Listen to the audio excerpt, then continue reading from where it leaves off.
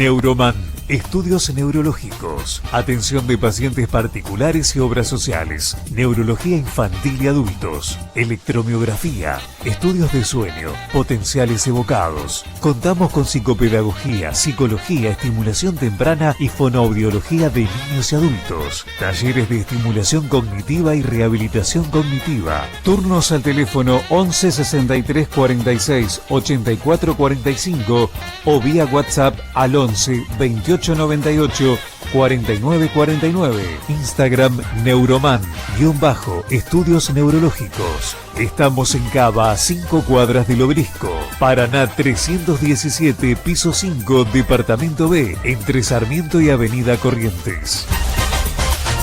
Un placer poder saludar a otro protagonista tan especial de Neuroman. Estoy en comunicación con la doctora Silvana Maggi, quien es médica especialista en neurología y especialista en trastornos del sueño, algo tan actual en nuestro querido país. Doctora, ¿cómo le va? Buen día. A ver, no tiene sonido, me parece. A ver, Doc, fíjese, ahí está. A ver, ahí. Ahora sí, ahora sí. Bueno, ahora sí. ¿Cómo le va? siempre pasa la tecnología de inicio. Bueno, es natural. Buen día. Muchas gracias por la presentación, por la invitación. Un placer compartir acá este ratito con vos. Por favor, doctora. Bueno, yo decía recién que los trastornos del sueño son un problemón, que muchas veces las personas no magnificamos lo que esto nos depara para el resto del día, lo que es el sueño, las etapas del sueño, lo que significa descansar, qué es descansar y qué pasa en ese proceso tan importante en el descanso que, como estamos, supongamos, inconscientes, no nos damos cuenta de eso, ¿no? Pero es un gran tema de la salud y sobre todo de la neurología, ¿no? Sí, es un gran tema principalmente porque es una función vital que nosotros tenemos. O sea, quien no descansa bien, quien no duerme, no puede ejercer sus funciones al día siguiente como corresponde. Y eso no solo tiene un impacto en el rendimiento y en lo que uno tiene que hacer el otro día, sino que con el tiempo empieza a acumular también mayor daño y deterioro de nuestra salud. Entonces, realmente el dormir es tan importante como el alimentarse, ¿sí? El problema, y un poco es lo que vos estabas diciendo antes, es que por lo general tendemos a naturalizar dormir mal. Entonces ahí hace que uno no llegue a una consulta o que ni siquiera lo piense como algo a consultar o a transmitir a un médico de cabecera, ¿sí? A un médico clínico, un médico de cabecera. Por lo general se llegan a las consultas cuando ya las personas están con un nivel de deterioro de sus funciones y un malestar que obviamente empieza a impactar la calidad de vida, ¿sí? Totalmente. Esto, vos preguntabas qué pasa mientras dormimos, y esto de estar inconscientes, y sabés que no es tan así. O sea, pasan un montón de cosas mientras dormimos. Históricamente, ya forma parte de la historia de la medicina, se pensaba que el sueño era una etapa pasiva, era un momento pasivo para nuestro organismo. Doctora, yo efectivamente coincidía con usted, coincido totalmente con usted, la cantidad de procesos y de regeneración, todo lo que pasa cuando estamos dormidos. No, al contrario. Ahí se me fue de vuelta la doctora, a ver, no la escucho, a ver, doctor. A ver. ¿Ahí me escuchan? Ahí está, perfecto. No pasa nada. Digo que son procesos, hay múltiples procesos celulares, moleculares, fisiológicos, eléctricos, que son sumamente activos y a propósito, por así decirlo, para que aparezca el sueño y se sostenga esa etapa de nuestra conciencia, ¿sí? Hablamos del sueño y hablamos de la vigilia. Entonces, mientras estamos durmiendo, se activan todos estos procesos que permiten que uno fisiológicamente duerma.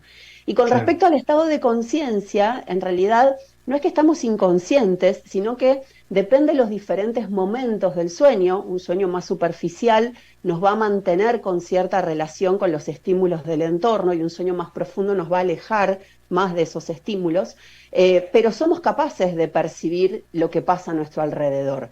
Y muchas veces eso también hasta se incorpora en la actividad onírica, en lo que uno sueña, ¿no? O sea, si uno de repente tiene algún malestar físico, tiene ganas de ir al baño a hacer pis, muchas veces uno incorpora, ¿no? Esto en el sueño, y es un estímulo, en ese caso es un estímulo orgánico, ¿no? Somático, no del entorno, pero hay permeabilidad que va cambiando en los diferentes momentos del sueño a los estímulos que nos rodean.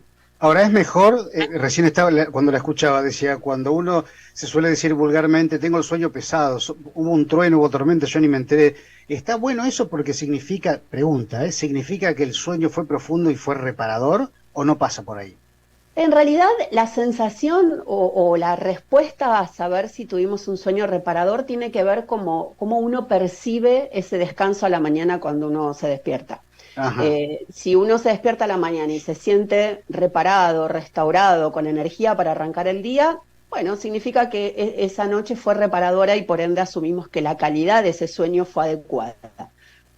Cuando uno tiene un sueño más pesado, como así estás diciendo, puede ser que en realidad estemos conservando mejor esta arquitectura y esta combinación de etapas que de inicio son más superficiales, después se hacen más profundas, después vuelven a hacerse superficiales y se forman como ciclos. ujú, Entonces uno interpretaría de que esos ciclos estarían un poquito más conservados.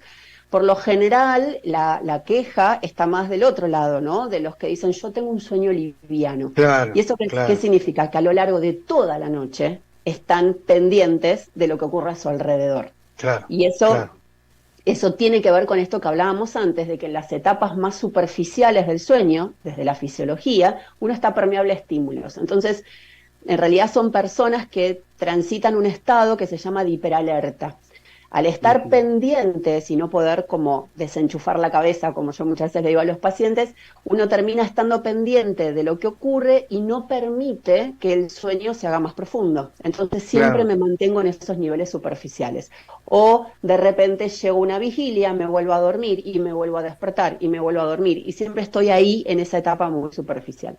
Ujú. Ni hablar cuando empezamos con el abuso de las sustancias de benzodiazepinas y automedicación, ese tipo de cosas, ¿no? Porque lo que hacemos es empeorar la cuestión cuando lo que deberíamos hacer es ir a consultar. A propósito de esto, ¿por qué consulta la gente? Si es fácil que vaya a consultar. Bueno, yo tal vez tengo ahí una respuesta un poquito sesgada, porque mi consultorio es un consultorio que se dedica a trastornos de sueño, entonces yo sí recibo pacientes Claro, claro. con patología o con quejas de su sueño. Pero la realidad es que cuando uno conversa con los pacientes, como te decía antes, demora mucho en llegar a la consulta porque como que no le prestan atención. Se asume como parte de esta vorágine, de este ritmo alocado que vivimos, de que Ujú. bueno, tengo que trabajar, tengo chicos chiquitos, tengo que hacer 1500 cosas y uno como se sube a ese ritmo y piensa o entiende o acepta que es lo que nos toca. Claro. Por lo general, las principales causas o motivos de consulta tienen que ver con los insomnios, que a veces el paciente viene y dice tengo Ah, insomnio y tal vez no es insomnio, pero se interpreta como esta dificultad o para iniciar el sueño o porque durante la noche me despierto muchas veces. Entonces ujú. termina siendo un sueño fragmentado o hay pacientes que de repente están 1, 2, 3 horas y no logran iniciar en forma más normal, digamos, su sueño. Esa la verdad que es un motivo de consulta muy frecuente. Realmente en los últimos años eso aumentó también y tiene que ver el impacto que tuvo la pandemia eh, Claro. en los cambios en nuestros hábitos, en nuestras rutinas, en nuestra forma de vivir el día, porque cuando trabajábamos el 100% en casa era difícil a veces separar lo que era momento de trabajar, momento de familia, momento de descansar, era todo un Ujú. continuo, y el impacto en la salud mental, ¿no? Que eso también tiene un impacto Uf, directo en el sueño. Y después totalmente. el otro gran motivo de consulta son más los ronquidos, que a veces no es Ah, el propio paciente el que los sí, detecta, sino es claro. quien acompaña. Exactamente, exactamente. Mirá, otra forma también de llegar a la consulta, pero tal vez ya es una forma en donde han pasado por algún otro médico y les han dicho, ah, no, tenés que consultar a algún especialista, es cuando el impacto está en el rendimiento. Estoy cansado todo el día, me quedo dormido, siento que no me concentro. Entonces, bueno, obviamente se descartan un montón de cosas que son más orgánicas, más sistémicas, y cuando no hay, digamos, mucha explicación a esa queja, se empieza a pensar qué pasa con el descanso. Claro. Bueno, sí, estaba pensando cuántos chistes hay en relación a este tema, el tema de los ronquidos, ¿no? Hay gente que incluso, a ver, no digo de separarse, porque sería una gotita más que rebalse el vaso, pero digo, dormir en piezas separadas, el otro que no descansa nada, Bueno, eso es y un que, impacto ¿no? oculto, digamos, porque obviamente que el paciente es el que tiene esa repercusión negativa en su descanso y por ende en su rendimiento, pero quien acompaña en la misma habitación o en la misma cama puede tener una repercusión similar, porque de la misma manera está habiendo un estímulo sonoro y a veces hay una preocupación porque para respiración y quien acompaña no descansa. Entonces, Claro. bueno, muchas veces hacemos un abordaje más en conjunto a nivel de esa parte de la Ujú. habitación. Doctora, a ver, es un tema extensísimo y la comprometo para otra oportunidad, pero por lo menos, a ver, los estudios que se suelen indicar para, a ver, para arrancar e ir viendo para dónde vamos con el tratamiento. Mira, va a depender, por supuesto, del motivo de consulta. Si volvemos a los que mencionamos antes, para todas aquellas consultas en donde la principal sospecha sea un insomnio, sea un trastorno para iniciar el sueño o para sostenerlo, tal vez el primer abordaje no es un estudio complementario, ahora te cuento un poquito de qué se tratan, sino tal vez hacer un buen interrogatorio para poder identificar todos aquellos determinantes que están ahí presentes en la noche y que no permite que el paciente se duerma como corresponde. Entonces trabajamos mucho en el reconocimiento de estos hábitos inadecuados o rutinas inadecuadas y en buscar estrategias para empezar a acomodarlo, ¿sí? Cosas sencillas, dispositivos, contenido de lo que uno ve a última hora de la noche, que después a uno lo deja como excitado o Ujú. acelerado o activado. Tal vez tomar mucha agua, me llevo la botellita para dormir, entonces después me tengo que levantar varias veces al baño. Entonces, tratamos de, bueno, ni hablar si hay animales o mascotas que se suben, se bajan de la cama, Sí. que son situaciones que, lo mismo, ¿no? Es como que están muy naturalizadas, pero en definitiva, yo siempre digo que es un gran rompecabezas, son diferentes determinantes que hace que uno no descanse bien. Entonces, lo importante es detectar la mayoría. Por lo general, Ujú. en esa primera consulta detectamos algunos y después el paciente, después de ese interrogatorio, empieza como a ser más consciente y a reflexionar sobre su sueño y se lleva como cierta tarea para el hogar de, bueno, Claro. seguir buscando qué otras cositas están ahí. Entonces, La tal vez higiene del para este... sueño. Exacto, exacto, exacto. Es clave y siempre es importante entender que uno debe dormir por medios naturales, digamos, porque nuestra fisiología nos dice que tenemos que dormir, ¿no? Ujú. Entonces, tratamos de trabajar mucho en ese cambio de hábitos y de rutinas y todo lo que tiene que ver con higiene de sueño, justamente porque es el camino a largo plazo, ¿no? O sea, son esas herramientas que me van a permitir yo poder dormir en buenas condiciones independientemente de lo que vaya pasando. Es como aprender, yo siempre digo, es como quien tiene que adelgazar, no tiene que dejar de comer, sino que tiene que aprender a comer. Bueno, esto Claro, es lo mismo, uno tiene que aprender a dormir, ¿sí? Y después exacto. cuando los motivos de consulta están más orientados a los trastornos respiratorios, hay otros trastornos también que son los trastornos de movimiento, o hay otros que son las parasomnias, como el sonambulismo, Ah, pesadillas muy frecuentes, o sea, son esas conductas como bizarras, extrañas que ocurren durante la noche, o bien alguien que se queja de una fragmentación que no le encontramos la causa. Me despierto cada hora y media y no le encontramos ujú. la causa. Ahí sí los estudios de sueño tienen una gran jerarquía porque son los que nos permiten ver qué pasa mientras el paciente duerme. Claro, Entonces, claro, por lo general, uno le tiene que explicar al paciente y es importante que el paciente sepa en qué consta ese estudio, porque por lo general es ir a dormir a otro lado y en claro. un contexto que no es normal, ¿sí? Porque estamos en una habitación que no es la nuestra, en una cama que no es la nuestra y además me llenan de cables, ¿sí? Son Exacto. sensores que nos permiten justamente ver todas estas funciones fisiológicas mientras el paciente duerme. Entonces, si yo le puedo explicar al paciente en qué consiste el estudio, él va a ir, él o ella va a ir más preparado y no se va a sorprender o no va a estar tan atento o hiperalerta a las condiciones del estudio y bueno, uno busca que se establezca un sueño lo más parecido a lo que ocurre en el domicilio. Totalmente, Estos doctora. estudios, Sí, sí, por favor, dígame. Se entrecorta un poquitito, a ver si la recuperamos. claro, A ver, estos quizás. estudios Ahí sí, A ver, ahí sí, sí es por el filtro que está tomando mucho ancho de banda, perdón. Ahí está, ahora sí.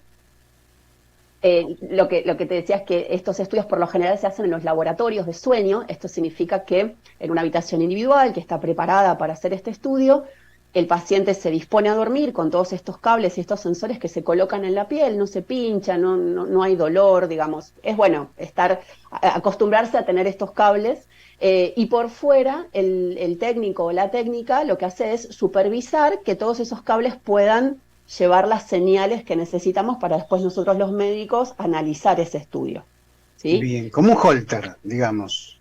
Bueno, pero no en casa. ¿Sí? Claro, es cierto, tenemos la versión Holter, ¿sí? Ah, ¿sí? Sí, exacto, que son estudios domiciliarios, por lo general son estudios abreviados.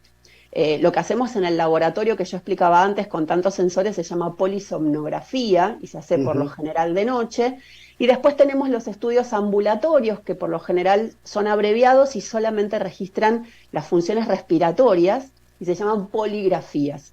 Entonces, para las apneas. Exacto. Ese estudio está bien orientado al estudio de los ronquidos, de las pausas respiratorias o cambios en la oxigenación, porque lleva un sensor de oxígeno también. Entonces, en realidad, ese Holter o ese estudio domiciliario tiene muy poquitos sensores, que son 3 o 4 registros nada más que hace, se le instruye al paciente cómo colocárselo, a la noche lo utiliza y al día siguiente lo devuelve. Ese sí tiene como ese formato más de Holter. Tiene ventajas, el paciente está en su habitación, está en su casa, en su contexto. Por lo general no hay tanta demora en las instituciones para hacer estos estudios. Para el estudio de laboratorio, la polisomnografía, por lo general hay un poco más de demora. La desventaja es que no está supervisado por un técnico. Entonces hay un 15-18% de estudios que no son de utilidad y los tenemos que repetir porque algún cablecito se salió y entonces en el transcurso de la noche no registró lo que teníamos que registrar. Exacto, bueno, justamente algún cable tiene que andar medio fallando para que estemos así con este tipo de problemática, pero si lo miramos de otro costado, Lindre, otra habitación, otro lugar, es como una especie de un día de spa y encima me estudian. La verdad que no debería ser tan grave, sin tanto estímulo, ¿no? Porque uno va a dormir, supuestamente debería tener que dormir mucho mejor. Doctora, bueno, la verdad es que causales hay un montón, la verdad que me gustaría comprometerla, le agradezco mucho siempre esta posibilidad que me da de escucharla por primera vez, y es un temazo de la salud, del cual uno puede hablar en el transcurso del día, accidente de tránsito, chocó tal o cual, los choferes de larga distancia que duermen pero tan mal o no duermen, y después nos preguntamos qué pasó ahí, si fue una falla de la ruta, si fue una falla del clima, ¿no? Sí. Mirá, un detalle, yo como neuróloga recibo pacientes para hacer evaluaciones previa renovación del registro de conducir. Pero ¿por qué me los derivan? Por temblores. Pero nunca les preguntan sobre somnolencia al conducir. Y es un detalle, pero si uno lo empieza a incorporar y empezamos a pesquisar y detectar más personas con dificultad. Y la realidad es que quedarse dormido al volante es un riesgo enorme. Pero lógico, lógico. Y si empezamos a hablar... No, es interminable el tema. Así que, doctora, hasta muy prontito, hasta muy prontito, porque me encanta el tema y tiene tantas aristas que es imposible cerrarlo en tan poquitos minutos. Así que la dejamos tranquila y le agradecemos mucho, por supuesto, su gentileza. Muchas gracias, Jorge. Un placer compartir estos minutos con vos. Que tenga un hermoso día, Igualmente, gracias. Ahí estuvo con nosotros la doctora Silvana Maggi, médica neuróloga, especialista en trastornos del sueño. Se dieron cuenta de la cantidad de brazos para donde puede ir este tema. Parte del staff, prestigioso staff de Neuroman, estudios neurológicos. Así que bueno, nada, esto vamos a volver, por supuesto, a charlar con la doctora. Nos vamos, mensaje al 11 58 87 22 22. Ya vengo.